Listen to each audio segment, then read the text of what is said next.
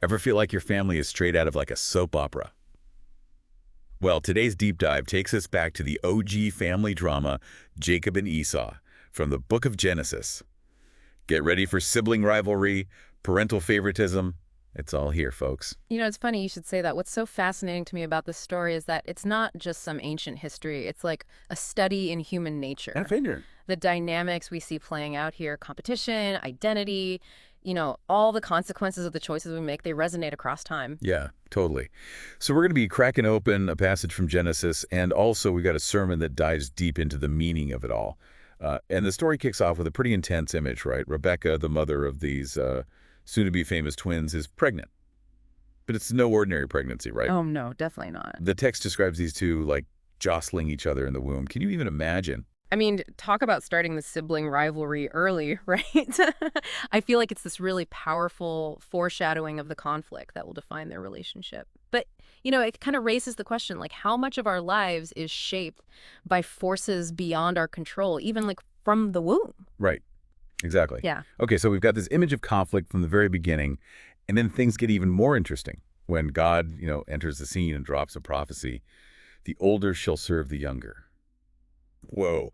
Talk about setting the stage for some serious tension.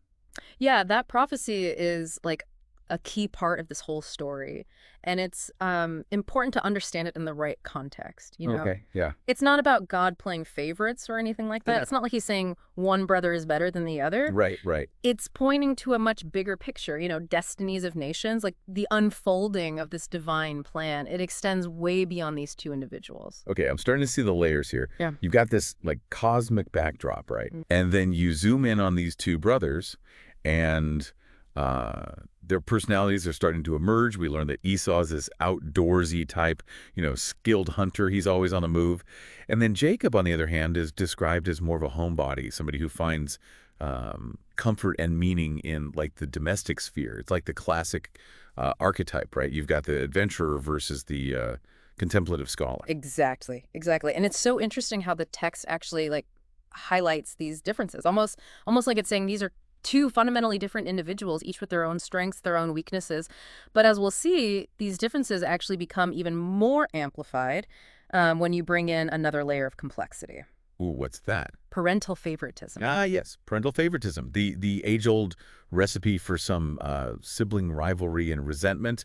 I'm guessing this doesn't play out too well, huh? Well, let's just say it kind of throws some fuel on the fire. The text tells us that Isaac, the father, he has a clear preference for Esau. He really admires Esau's ruggedness, his connection to the outdoors. But Rebecca, on the other hand, she seems to favor Jacob. Maybe she sees some sensitivity in him that Isaac kind of overlooks. Interesting. So not only do we have these two brothers who are grappling with their own, individual identities in this looming prophecy, but now they're also navigating this, like, uneven terrain of parental favoritism. Oh, man. I can see how this would create some cracks in the family foundation. It really does. And it's not just siblings squabbling, just trying to get attention. Favoritism, It can have these really far-reaching consequences. You think about it, it impacts self-esteem, it can breed all kinds of resentment, and it even, distorts perceptions of fairness and love. And those patterns, they kind of repeat themselves, don't they? Yeah, absolutely. Think about how favoritism plays out in like workplace or even just friend groups. It's like a universal human dynamic.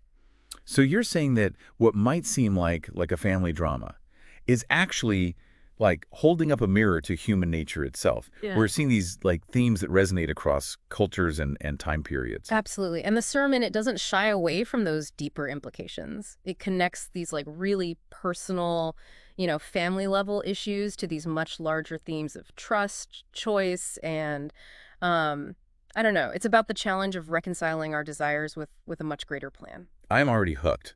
And I'm really curious to see how this prophecy, like how it actually plays out, the younger serving the older. Does it just happen naturally? Or are there choices and actions that kind of lead to its fulfillment? Well, that is where things take a rather dramatic turn, I'd say. And a simple bowl of stew becomes like this major catalyst for a chain of events that changes everything. Ooh, okay. Yeah. Okay, you got to tell me more. A bowl of stew. Seriously. Yeah. How does a simple meal turn into like a pivotal moment in this huge family saga? Well, this is where the story gets really interesting. It makes you think about human nature, about like, the choices that we make when we're under pressure. Imagine this. Esau comes home from a long day of hunting. I mean, we're talking exhausted, Oh, famished, yeah. Hangry. hangry, exactly. And there's Jacob cooking up this pot of lentil stew. Oh, The man. aroma, it must have been like intoxicating. I can almost smell it now. Okay, so Esau, being the impulsive guy that he is, he like begs Jacob for some of that stew. But I'm guessing there's a catch, right? Oh, yeah. There's always a catch with Jacob, right? He Yeah. sees an opportunity and he's not afraid to seize it. So he offers Esau a deal, a bowl of stew, in exchange for his birthright. Wait, hold on. You're telling me that he traded his entire inheritance, like all the rights and privileges of being the firstborn son, for a bowl of soup? I mean, was Esau really that hungry, or was there like something else going on there? Well, the text definitely kind of portrays Esau as, driven by his immediate needs, kind of impulsive. But it's almost like he's rejecting, I don't know, the weight of responsibility that comes with being the firstborn. Mhm. It's a really interesting contrast to Jacob, who's always like thinking a few steps ahead, right? Always scheming. Yeah. Hmm. So Jacob gets the birthright. Does that mean like prophecy fulfilled? Is it a done deal? Not so fast. We're dealing with family dynamics here, and things are never simple. This whole birthright exchange is just the beginning. And the sermon actually challenges us to really think about the ethics of Jacob's actions. Yeah, he gets what he wanted, but at what cost? That's such a good point. It's so easy to get caught up in the drama, in like the excitement of the story, that we forget that even seemingly small choices, they can have ripple effects, right? Oh, yeah. What might seem like a clever maneuver in the moment can turn into this web of deceit, and the consequences can last for years. I mean, even generations. Yeah. Absolutely. And the sermon highlights this tension, this tension between our human desires, our ambitions, and this larger plan that might be unfolding. It makes you think, are we so focused on getting what we want that we're willing to compromise our integrity? Are we playing by the rules even when nobody's watching? Man, those are some tough questions. It makes you think about the motivations behind our actions, right? Like what's really driving us? Is it fear, Mm. ambition, like Hmm. a need for security? Right. And how do those motivations actually shape the course of our lives, our relationships? That's the beauty of a story like this. It kind of gives us this lens through which we can examine our own lives, our own choices.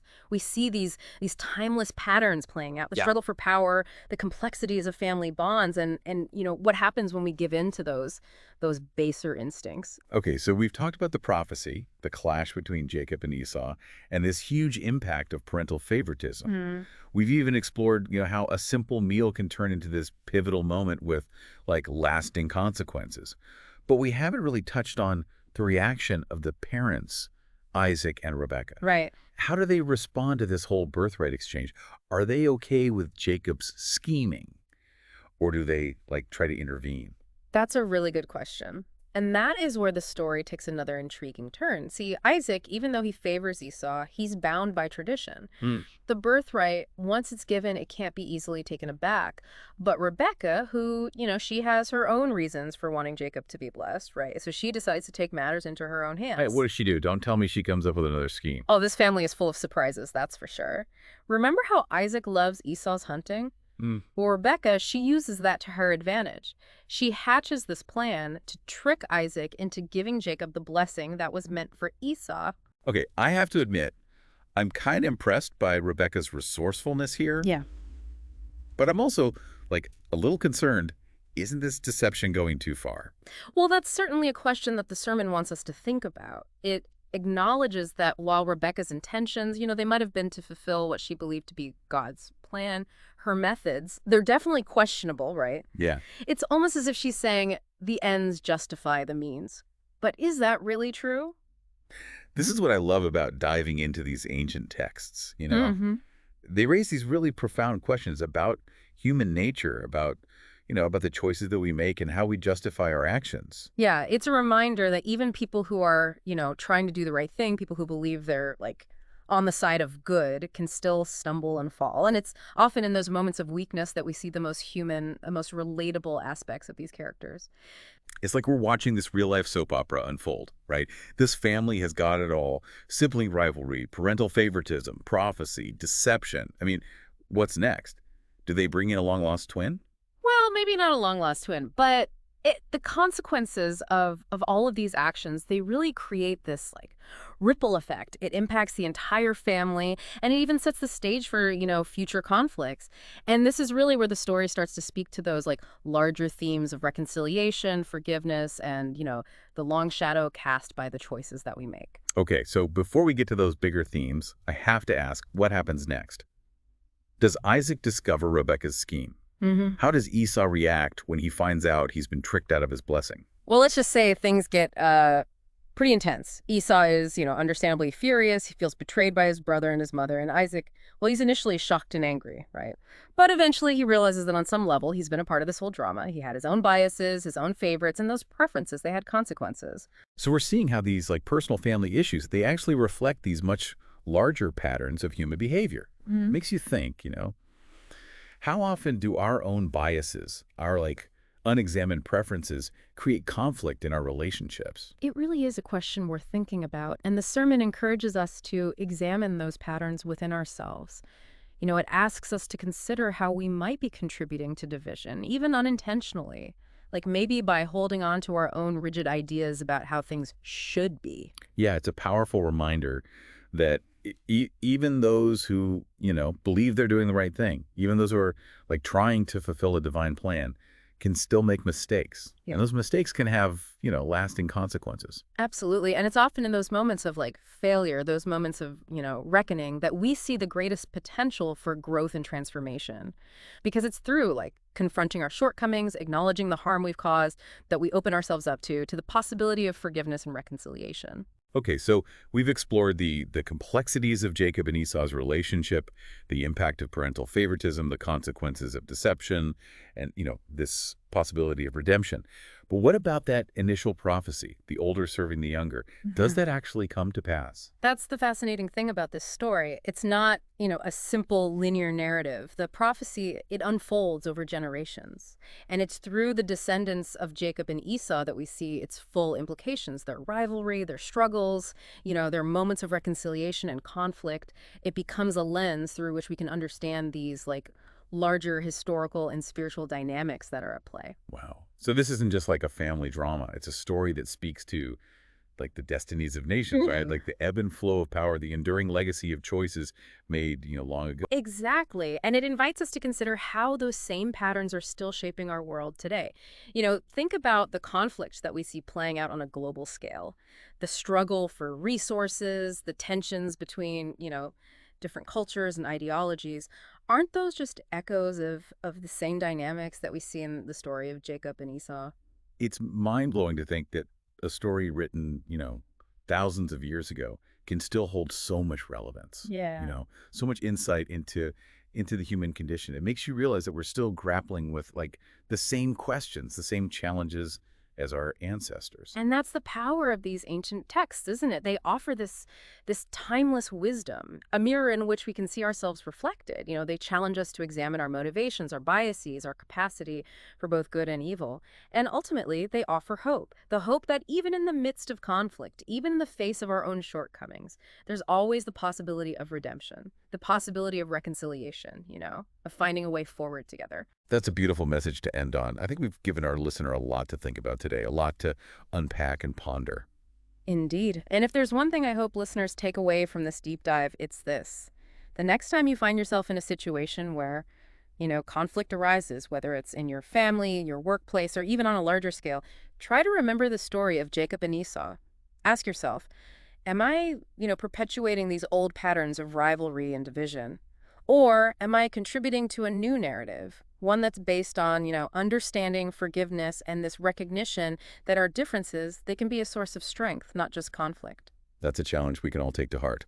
Until next time, keep exploring, keep questioning, keep diving deep.